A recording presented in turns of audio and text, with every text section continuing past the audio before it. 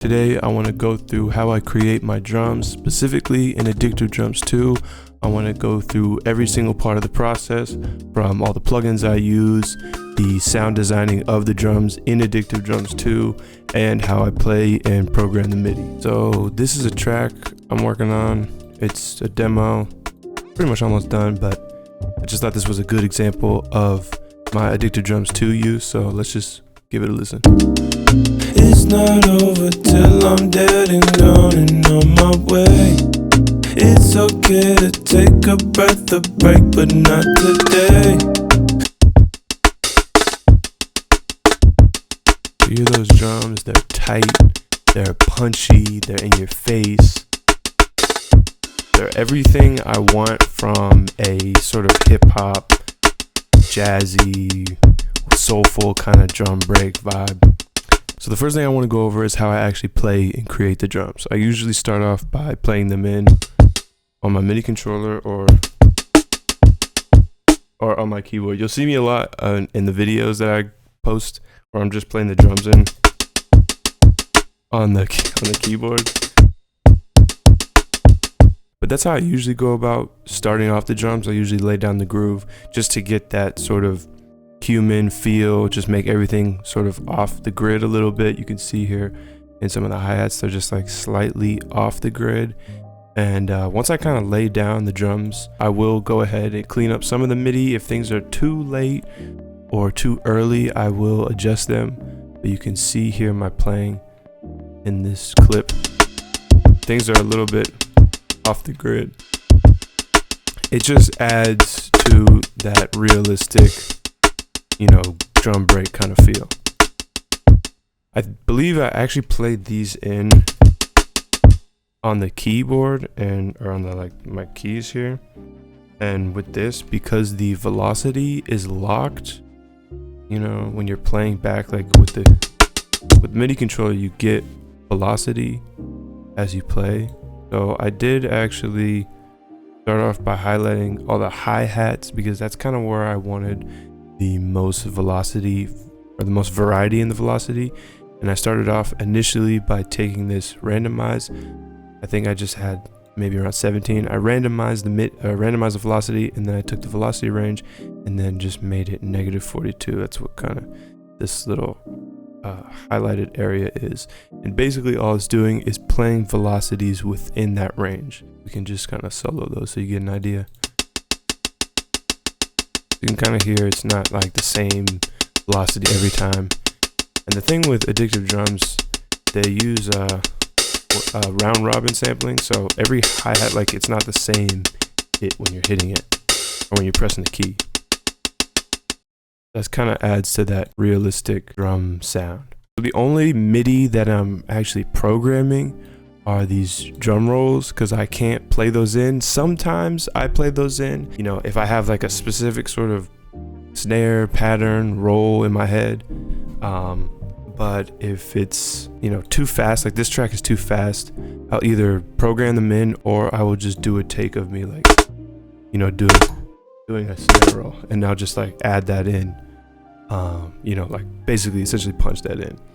But for these, I just did it real simply with the, programming.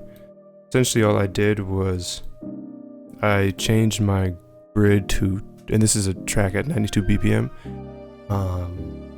So your subdivisions are going to vary based on how fast you want the snare roll. But for this, I selected the triplet grid, and then I put it on 30-second subdivision.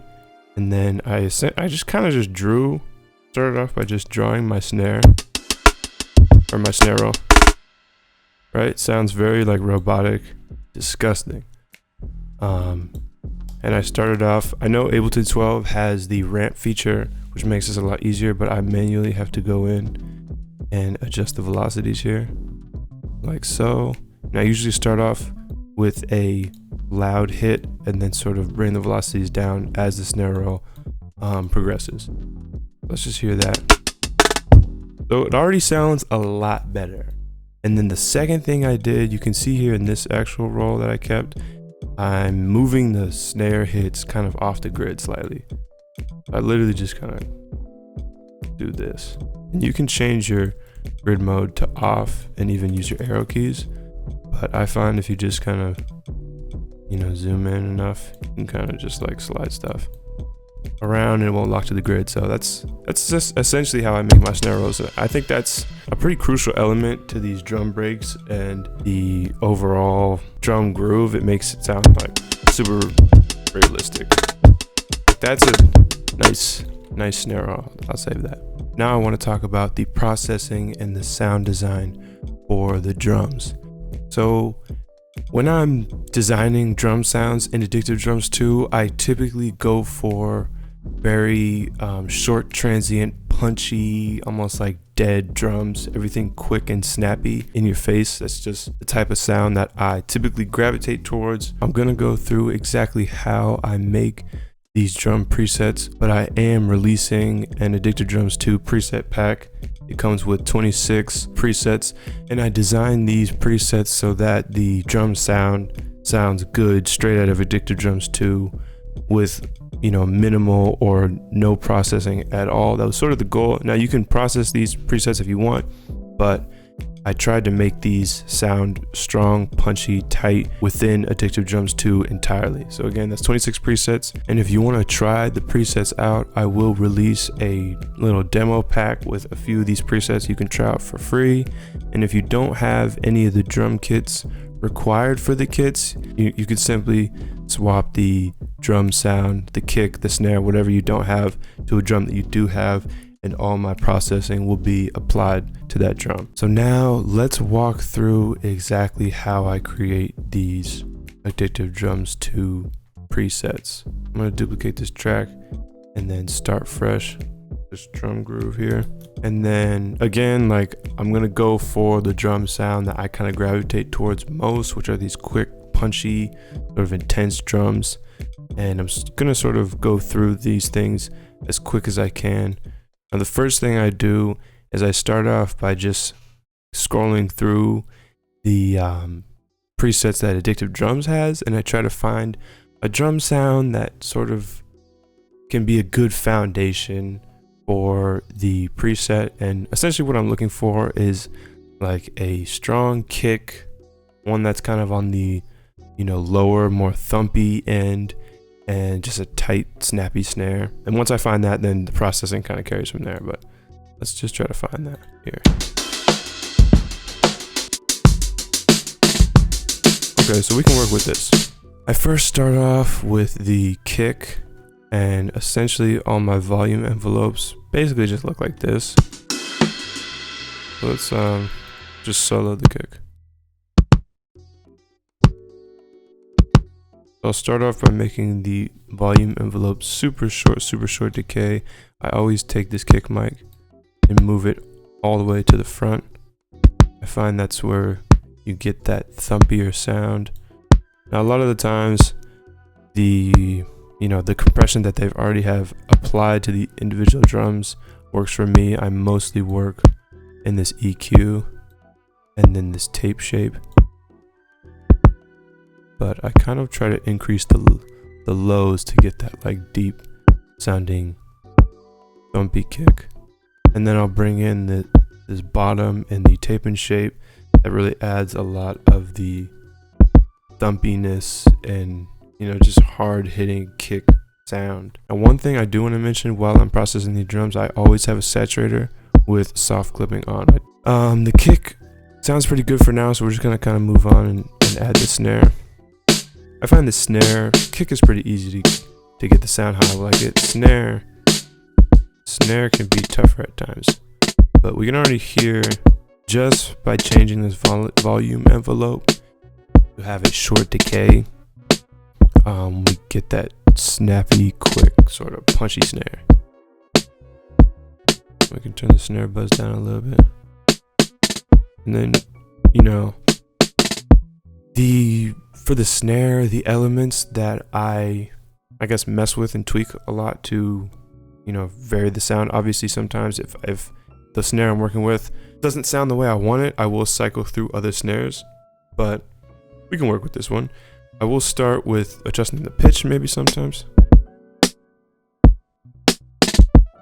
I find myself never bringing the pitch down with the snare. I will do that occasionally with the kick if it's too, I don't know, if it's not like bassy enough, I'll bring the pitch down. But with the snare, I can pitch it up, but I kind of liked where it was at, so we'll keep it there. Nice snare buzz. And I do like kind of leaning more towards the bottom mic because we're getting the snare, you know, that's sitting underneath snare drum. And then sometimes I'll mess with the distortions. I like this. I like the zap distortion.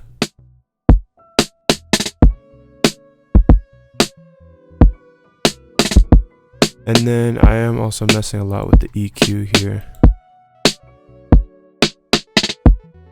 Kind of honestly liked where it was sitting.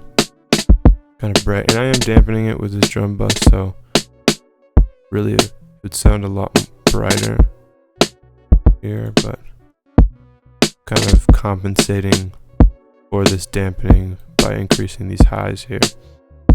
And sometimes I'll add the tape and shape. I want a more aggressive snare drum, but I honestly kind of liked where it was sitting. The final thing I do is just adjust the hi-hat.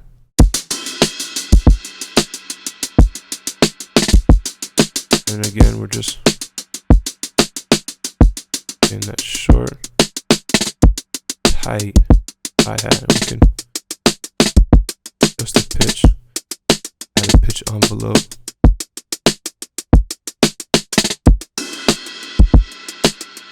Bring these highs down. And then sometimes I will go in the overhead and maybe boost the overhead volume entirely, so we get more of a full sound with the drums. Same with the room. For the most part, sometimes I just play around with the mic distance and then just the level of the drum itself.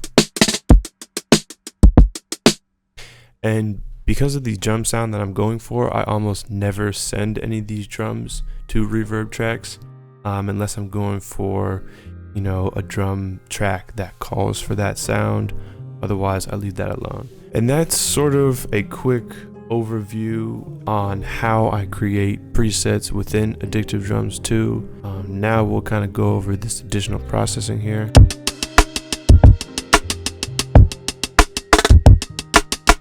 So I'm using Ableton's drum bus, which I think saves a lot of drum sounds. This is one of my favorite stock plugins. And you can just kind of look at my settings here. I got the drive, just a little bit of drive. I have it on this soft mode, dampening a little bit and just shortening the transients to make them sound quick and punchy.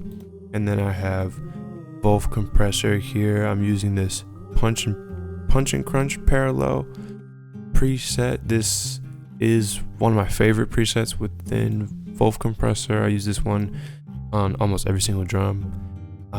And we are parallel compressing. We got the 50% dry wet. It just kind of beefens up the drums, and then this lo-fi makes them sound like a lot more damp. And that is essentially my drum processing and my sound design and how I create drums for my tracks. If you want to cop the kit on my Patreon, you can subscribe there for $12 a month. I drop new things every week. I run a 4-week upload cycle. So every week I'm uploading something to Patreon. The first week is a sample pack. Second week is a drum pack or presets, and the third week is a virtual instrument, and the last week is an unreleased song. And if you don't want to subscribe, you can just buy these kits in the shop. I will also be giving away a free trial version of the drum kit, so you can try these out. Go check that out on my Patreon. Thanks for watching, and I hope you learned something on how to make drums. Peace.